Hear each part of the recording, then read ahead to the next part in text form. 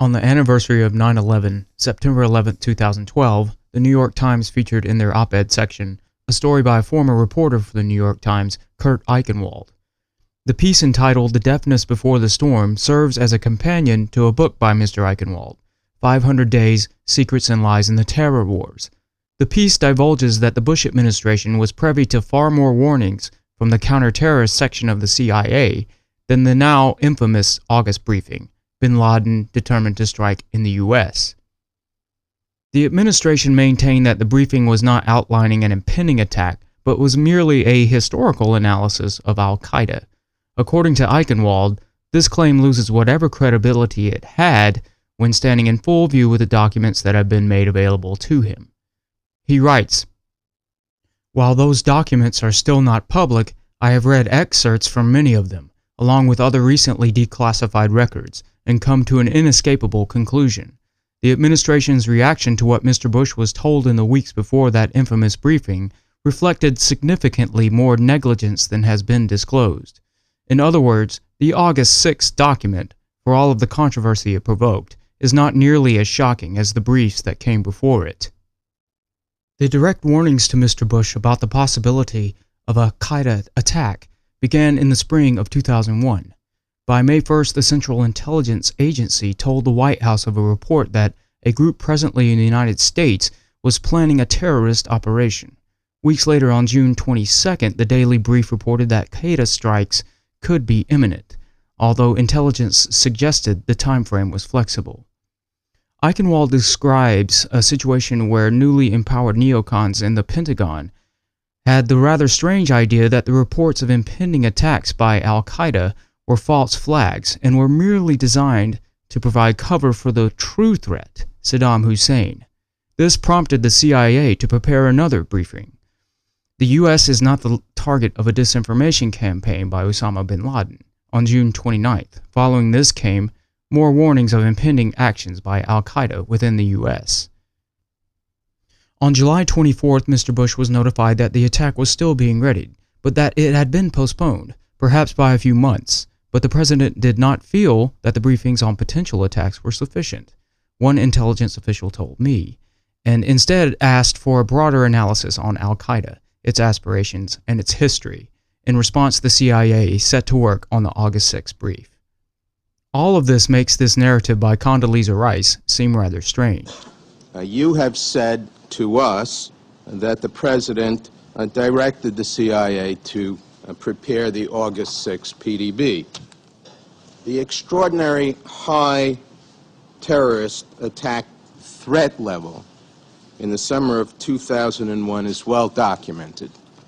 And Richard Clarke's testimony about the possibility of an attack against the United States homeland was repeatedly discussed from May to August within the intelligence community, and that is well documented.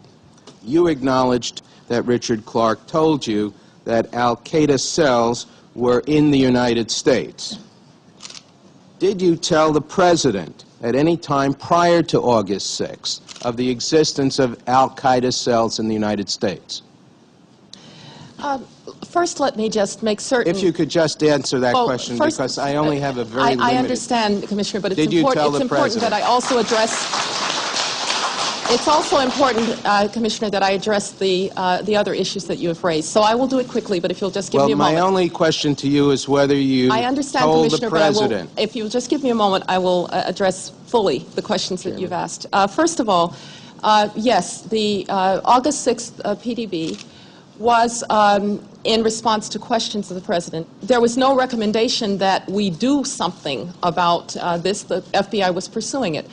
I really don't remember, Commissioner, whether I discussed this with the president. Thank you. Remember very well that the president was aware that there were issues inside the United States. He talked to people about this, but I don't remember the al-Qaeda cells as being something that we were told we needed to do something about. Isn't it a fact, Dr. Rice, that the August 6 PDB warned against possible attacks in this country? And I ask you whether you recall the title of that PDB.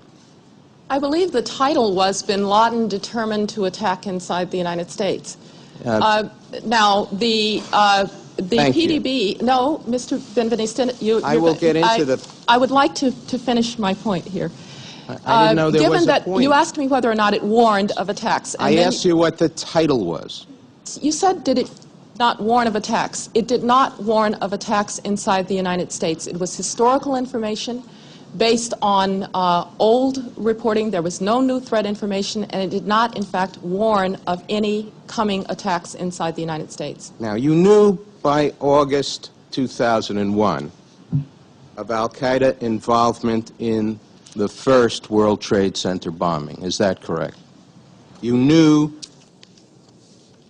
that in 1999, late 99, in the Millennium Threat period, that we had thwarted an al-Qaeda attempt to blow up Los Angeles International Airport and thwarted cells operating in Brooklyn, New York, and Boston, Massachusetts. As of the August 6th briefing, you learned that al-Qaeda members have resided or traveled to the United States for years and maintained a support system in the United States. And you learned that FBI information since the 1998 blind shake warning of hijackings to free the blind shake indicated a pattern of suspicious activity in the country up until August 6th, consistent with preparation for hijackings. Isn't that so?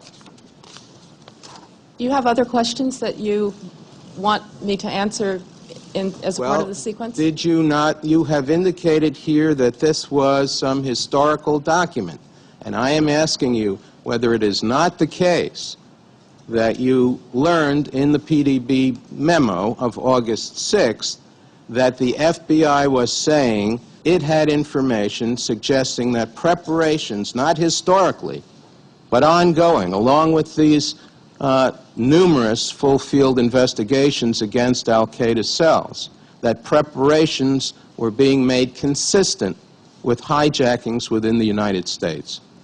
What the August 6th PDB said, and perhaps I should read it to you. We would be happy to have it declassified in full at this time, including its title.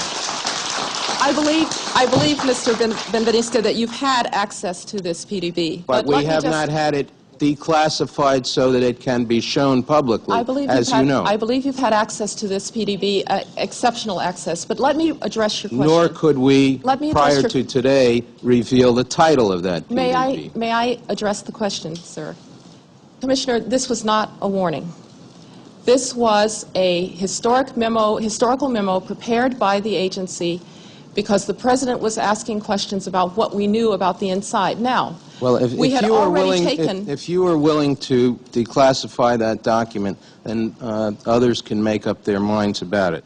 The President was in Crawford, Texas at the time he received the PDB. You were not with him, correct? That's correct.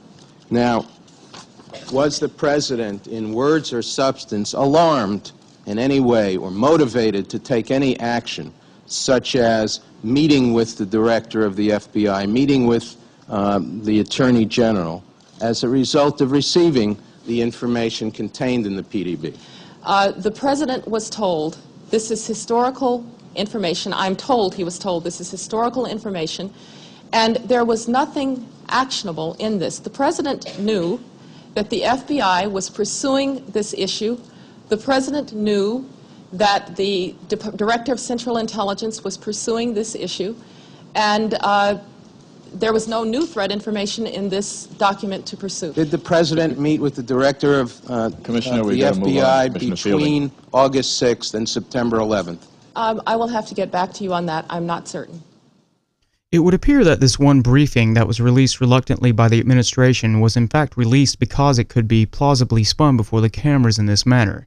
But taking Eichenwald at face value, the reality is that this document was largely a historical review because Mr. Bush was not convinced by all of the previous warnings in the prior briefs from the counterterrorist section of the CIA. A Google search turns up item number 1, a response to this article entitled New York Times Rewrites American History by Alan W. Dowd of Front Page Mag. Expecting to find the article would present a reasonable rebuttal and a clear explanation in defense of its title, I read it thinking I would gain some additional insight into this whole affair. I was horribly wrong. He states early on the following: Eichenwald's piece and companion book does little to move the nation forward or enhance the historical record. Indeed, this sort of 20/20 hindsight critique is not a very productive exercise. It's puzzling that he would say that it is unproductive and then proceed to do exactly that, stating, since Eichenwald started down this backwards path, let's walk a little further. He has basically already stated that his article response is completely unproductive. Of course, it was clear right away that this would not be a defense of Bush and an actual counter to the claims of Eichenwald, but rather an attack on the Clinton administration in a sort of childish, it's not our guy's fault, it's your guy's fault. Dowd basically cites the administration's inability to capture or kill bin Laden, of course ignoring that these briefings were specifically regarding attacks in the U.S., which had been previously thwarted in the past, such as a planned attack at LAX. Of course, this is the same sort of discussion we heard from the Bush defenders years ago, and it kind of pissed Clinton off. Why didn't you do more to put bin Laden and al-Qaeda out of business when you were president? First, I want to talk about the context in which this arises.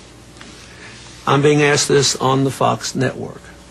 ABC just had a right-wing conservative running their little pathway to 9/11, falsely claiming it was based on the 9/11 Commission report, with 3 things asserted against me directly contradicted by the 9/11 Commission report. And I think it's very interesting that all the conservative Republicans who now say I didn't do enough claimed that I was too obsessed with bin Laden. All of President Bush's neocons thought I was too obsessed with bin Laden. They had no meetings on bin Laden for 9 months after I left office. All the right-wingers who now say I didn't do enough said I did too much. Same people. The 9/11 Commission, which you talked about, and this is what they did say, not what ABC pretended they said. What did they say? They said about you and President Bush, and I quote, the U.S. government took the threat seriously, but not in the sense of mustering anything like the kind of effort that would be gathered to confront an enemy of the first, second, or even third rank. First of all, that's not true with us and bin Laden. Well, I'm telling you, that's what the 9/11 right, Commission said. Let's look at what Richard Clark said. Do you think Richard Clark has a vigorous attitude about bin Laden? They downgraded him and the terrorist operation. Do you think you did enough, sir? No, because I didn't get him. Right. But at least I tried. That's the difference in me and some, including all the right-wingers that are attacking me now. They ridicule me for trying. They had 8 months to try. They did not try. I tried. So I tried and failed. When I failed, I left a comprehensive anti-terrorist strategy and the best guy in the country, Dick Clark, who got demoted. Of course, Dowd's entire piece is a blaming of all these events on the left side of politics, making straw men, citing dishonestly the Clinton administration's stated policy on Iraq, and never once stating how Eichenwald actually was rewriting history, only insisting that he did in the last line and in the title. Assertions do not arguments make. Could Bush have thwarted the efforts of al-Qaeda before they occurred? We will never know for sure. What was going through Bush's mind at the moment he was informed? Maybe nothing. Maybe it was, how do I handle this? I am reading a children's book. Or maybe it was, oh, I should have listened. Could this have been prevented if they had the nation on alert? I say, probably.